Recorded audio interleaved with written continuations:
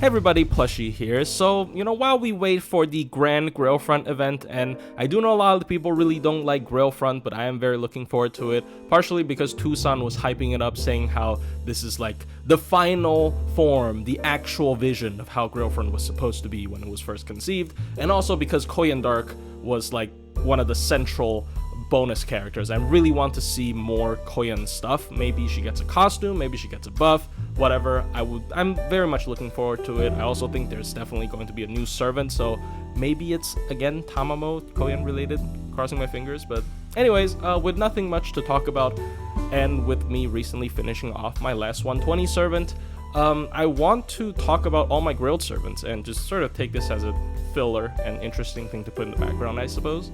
So the first character I Grailed is, of course, the OG assassin Carmilla. Now, I started the JP account because I wanted to pull for Rider Carmilla. I saw her reveal on a JP anniversary stream, and then I immediately started to try to find a way to get a JP account registered, and I got like a Japanese iTunes account. I got all these things set up, and then finally I got a JP account, and I re-rolled so many times for the Carmilla Assassin starter, which is kind of funny because I feel like most people don't really want to re-roll for her. I think I re-rolled over like 2 4-stars multiple times, as well as like multiple Herc starters, which is what most people are going for. But because I wanted Carmilla, I loved Carmilla, so I re-rolled for Carmilla, obviously. She was the reason why I started JP anyways. And why isn't she 120? It's because servant coins suck. Servant coin was the worst thing they ever added to the game. I'm never going to change my opinion about that, and especially permanent 4-stars, you get 30 coins per copy. And I think I'm like 5 copies off of having enough coins to 120 her, which is like, why? And she never is going to get a banner because she's a permanent 4-star, so I just have to slowly wait for her to spook me until I get 5 more copies. So, I'm probably not going to be 120ing her anytime soon. The second character here is another Carmilla, very fitting still at that time to my channel, Rider Carmilla, the reason I started the JP account. And getting her to MP5 was really painful, and for the longest time, once again, because of servant coins, she was stuck at 100 instead of 120, and only finally 120'd her, like, I think a year ago or like 2 years ago, when JP had a huge, like, summer rerun spree right before anniversary, and she got single raid up with Ruler Artoria, and I finally got enough coins to 120 her, and also, by getting, I think, 4 more copies of her, I only needed 4 more of her, I got like 7 Ruler Artorias or something stupid like that, which is, 4-star in this game sometimes it's just so horrible. We'll run into another character that basically is the exact same situation later. But yeah, Rider Carmilla, really, really fun. I think she was like Bond 15 1 to 2 years before I actually 120'd her, which is really rare, but I had her like max spawn for the longest time, and she is still currently the only character on my account that was max spawned, max, faux pas cards, 2k fold, level 120, all appends maxed. But there's another character that will be reaching that very, very soon, and we'll get into that later. So yeah, Rider Carmilla, definitely, you probably won't be seeing her on my channel after this for a long time. The next character was Space Ishtar, and Space Ishtar was sort of my first gameplay Grail. I don't know if you can call it that, because she was like the only very decent like universal DPS I had at the time, and I thought the card change thing was so revolutionary. It's gonna fit into every meta. Turns out she's just really good with arts, really shit with quick, and kind of decent with buster, I guess, maybe. So kind of a miscalculation there. I did Grail her before Castoria came out, I'm pretty sure, so I guess I can be proud of that. And her MP level is only 4 because I think during her rerun I tried so hard to get her to MP5, and it was just not working out. I started at MP2. I think I spent over 1,000 quartz, which honestly, like, thinking about me today, 1,000 quartz for like 2 copies is not bad at all. But at that time I wasn't spending that much on JP, so I was like devastated. I think it was over 1,000. I don't know, for 2 copies. So it's like probably, I would say, because I didn't count, I spent too much. I was like losing my mind. But at that time, I think it was like probably 600 chords per copy, which honestly, like once again, looking at my track record, it's not that bad. But at that time, it was devastating, so I just gave up.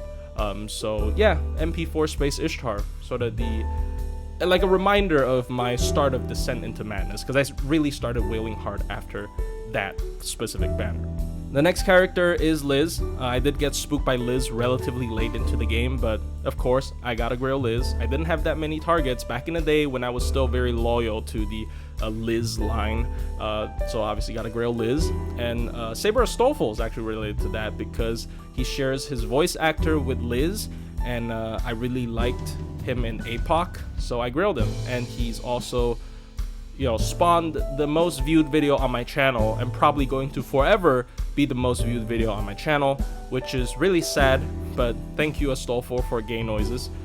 He's a pretty decent quick single target saber, honestly. Like amongst the three, you know, Okita, Astolfo Saber, and Medusa, I think Medusa, in my opinion, is the strongest, and I think Okita and Astolfo Saber are like close to each other depending on what setup you use. So he's kind of an underrated question mark servant. I don't see a lot of people talking about him, but yeah, you know, fun little servant with a fun little meme, Astolfo. And the next character is Kijo Koyo. Kijo Koyo is like one of the coolest thing I've ever seen, I remember, during her reveal, because she's a T-Rex.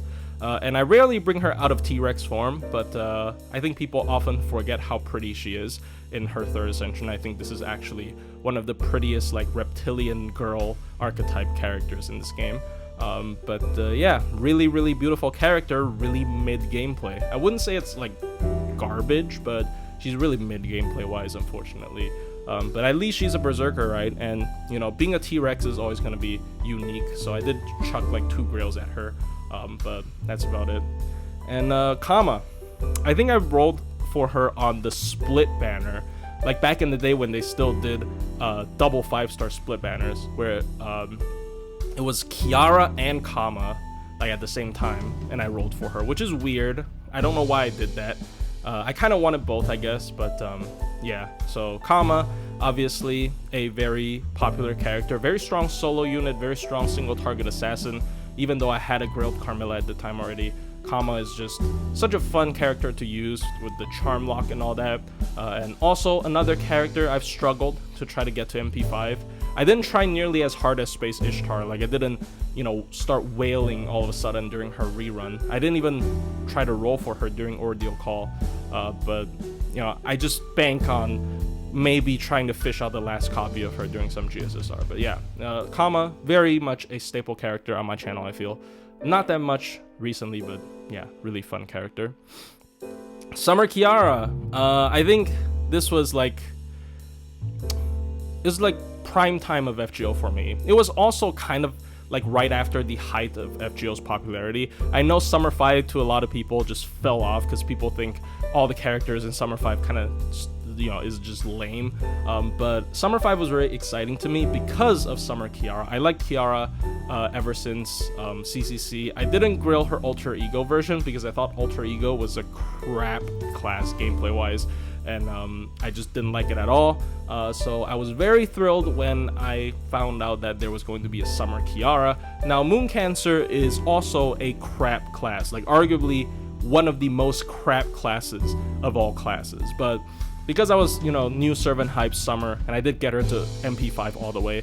I think she was one of the first like 5 stars I got to MP5 on JP as well. So, you know, definitely MP5. Not a great AoE Arts Looper, honestly, like probably one of the worst ones out of all the neutral damage ones, but really cool like survival heal tank. Also kind of underrated servant, in my opinion.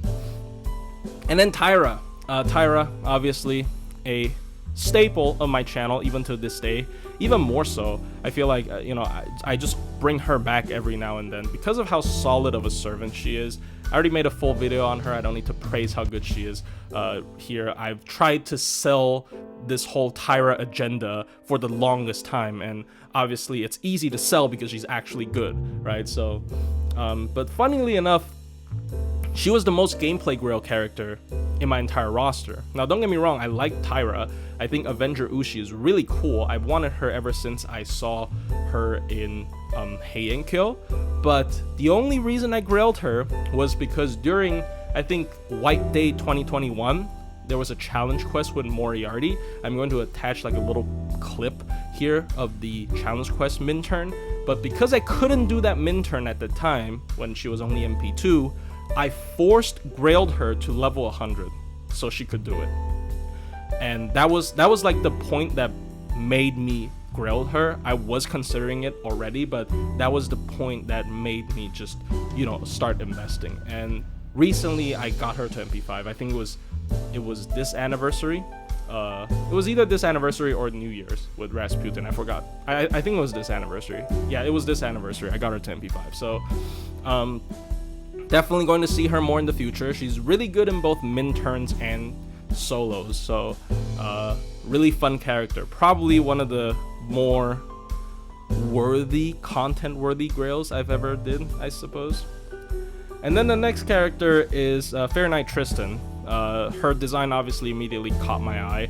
People said she's Liz 2.0, and you know, she has this really cool third ascension. People really hate me putting her in third ascension because she's suffering, her arms are falling off, but like this is like one of the coolest designs in my opinion in the game. This like corpse bride kind of look, you know, undead princess. I don't know, it's just like edgy goth, but it's like really cool to me. And like this whole like pink thing. And then I know it's screwed up, her voice line's a little bit painful to listen to, but I really like this aesthetic. I think what sold her was the third ascension aesthetic when I first saw her. So definitely leads to my final Grailed 120, which we'll get into later. But yeah, I'm a big fan of this character. I feel like people probably know, because my profile pic on Discord is actually Babanshi. Like it's like a weird little voodoo doll I made of her. So yeah, one of my favorites, of course. And once again, I do actually have enough coins to 120 her, but I just think the Archer one is not that interesting gameplay wise, unfortunately. And she's probably going to be my next target unless something else comes in, like in between, which is very likely. Like for example, someone like Tamamo Aria, and that I really want. Maybe she will take priority over this Archer one, but if I don't have anything else, she will be my next 120. And the next character is Koyan Light. Koyan Light is, yeah, it's Koyanskaya. I mean, probably one of the biggest memes on my channel is, haha, you know, divorce. He likes Koyanskaya more than Carmilla. But Koyanskaya was definitely a character I was very much looking forward to ever since her debut. Like how she just shot up Chaldea at the intro of Lost Belt 1, and like in every Lost Belt she's like a recurring villain. She's cheeky, but she's also fun, she's also cruel. She kind of hits all of the spots I like for a character. Even though I wasn't like a huge Tamamo simp, Koyanskaya just built different, right? So I was really hyped that she was an anniversary servant, but I actually didn't grail her for the longest time because I only got her to like MP2 or something, I don't remember. But you know, she's not a DPS. She's like a buster support. She's okay. She's actually pretty decent as DPS, but you know, I have this like weird mindset that locks me into thinking her as a support. So I never grailed her until Tunguska because I didn't actually like Tunguska's story, but I like Tunguska's ending because of how pretty it is, and I really like Koyanskaya. Little bit of a spoiler, I really thought she was just gone from the story from that point, so I wanted to commemorate it. So I did grail her during Tunguska to 100, and I did eventually get her to MP5 and then 120ing her during like Lost Belt 7 because, you know, that's sort of my brand now. It's just Koyanskaya, which is, yeah, it's funny, but she's obviously everybody's familiar with meta support, but she's also pretty good DPS. I should definitely use her more in CQs. I've been neglecting her for the other Koyanskaya in terms of using them as DPS, but she's actually pretty decent. So the next character is Summer Kama. I basically grailed every like neutral AoE arts because of my personal preference, not because of meta, but it's really funny. And yeah, it's Summer Kama. Like, I don't know what more to say about her. Cool design, obviously, because Kama. I like Kama to begin with, so yeah, there you go, Summer Kama. The next character is Rider Liz, and actually my bigger regrets is not getting her to 100.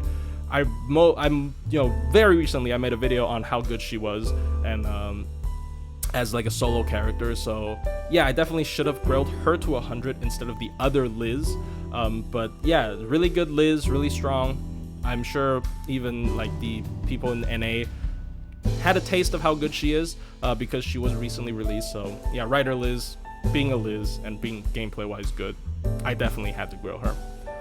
And then of course Koyan Dark. Koyan Dark is Koyan Dark. She is probably like the face of my channel question mark right now for me, because even though I don't actually do that many runs with her, I didn't really count, but I feel like I actually don't make that much videos with her, but I'm kind of known as the Koyan Dark guy because of all the cheating memes. So yeah, and she is the character I talked about that is about to reach fully maxed out state compared to Ryder Carmilla. She's 19,000 bond away from bond 15, and everything else on this character is absolutely maxed out. So yeah, looking forward to that maybe, and hopefully something cool you can do with bond 15s coming soon, like just an aesthetic thing. I don't want them to lock any gameplay thing behind bond 15 because it's ridiculous, but I hope there's some like cute little interaction you can have in my room with her maybe at bond 15. So one of my favorites.